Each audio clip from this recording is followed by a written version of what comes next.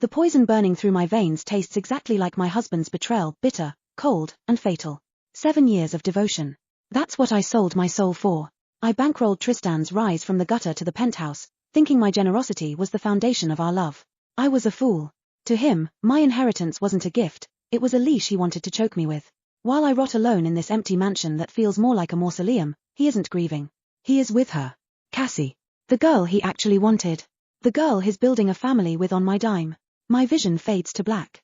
My heart stops, heavy with a regret so toxic it screams for justice. But then, my eyes snap open. Air rushes into my lungs. The smell of death is gone, replaced by the scent of old textbooks and expensive perfume. I am back. And this time, I'm not signing the check. Chapter 1. Cordelia, just because you're loaded doesn't mean you own the world. We don't want your pity, and we definitely don't want your money. The voice was shrill. Grating. I blinked, the world tilting on its axis. My vision cleared, focusing on the girl clinging to Tristan like a barnacle. Cassie. She was playing the martyr, shielding him with her body, her face twisted in a mask of righteous indignation. I looked past her. Straight at Tristan. He was 20 again. He wore a denim jacket that had been washed until it was practically white, the fabric fraying at the cuffs.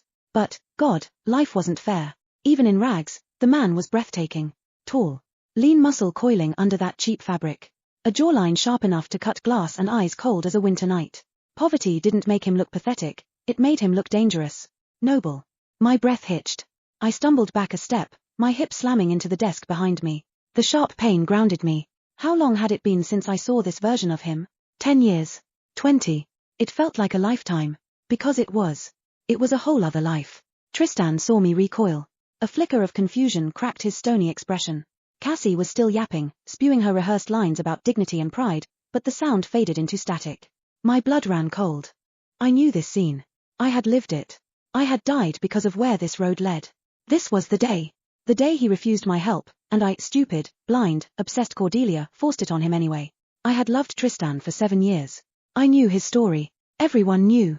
He was the scholarship kid in a sea of trust fund babies. His father, Lester, was a degenerate gambler who drank away every cent and came home to use Tristan and his mother as punching bags. His mother, Sandra, couldn't take the hell anymore. She walked into the East River and never walked out. Tristan survived. He scraped by on scholarships, odd jobs, and sheer, stubborn grit. We shouldn't have crossed paths. I was old money, he was no money. But he was brilliant. The prep school needed his GPA to boost their Ivy League acceptance stats, so they gave him a full ride. The rest of us. We were just biding time until we inherited empires. We partied, we skipped class, we burned cash. Tristan was the anomaly. He sat in the front row. He absorbed every word. And the second the bell rang, he sprinted to work his shift at the diner, or the warehouse, or wherever would pay him under the table. He was never ashamed. He walked through the halls with his head high, unbowed by the weight of his reality.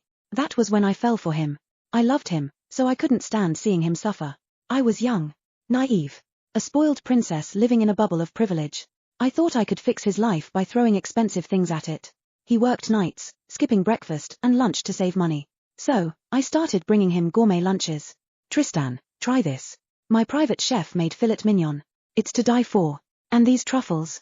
My dad had them flown in from Italy this morning. You have to taste them. I was an only child, raised on a pedestal, surrounded by people who never said no.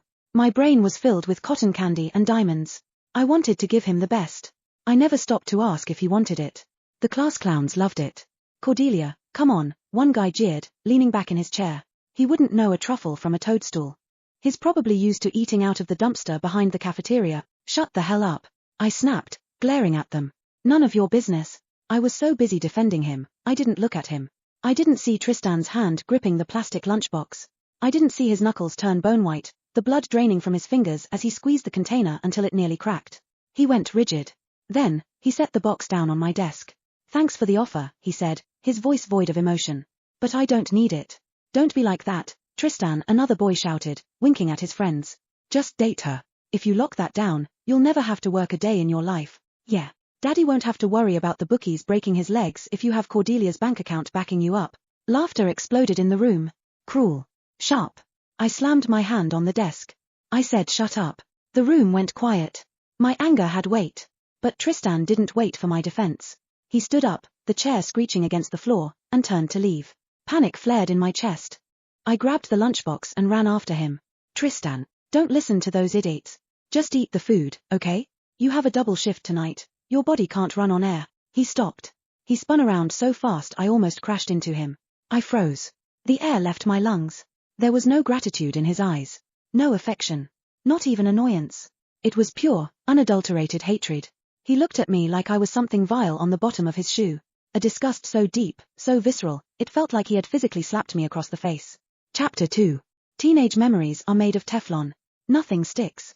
I forgot the look of pure hatred in his eyes almost instantly. I just kept chasing. I became his shadow. I even started studying, actually opening a textbook for once, just so I could follow him to the same university. My father, Raymond, was so thrilled his spoiled princess was finally showing some ambition that he doubled my allowance. But while I was swimming in cash, Tristan was drowning.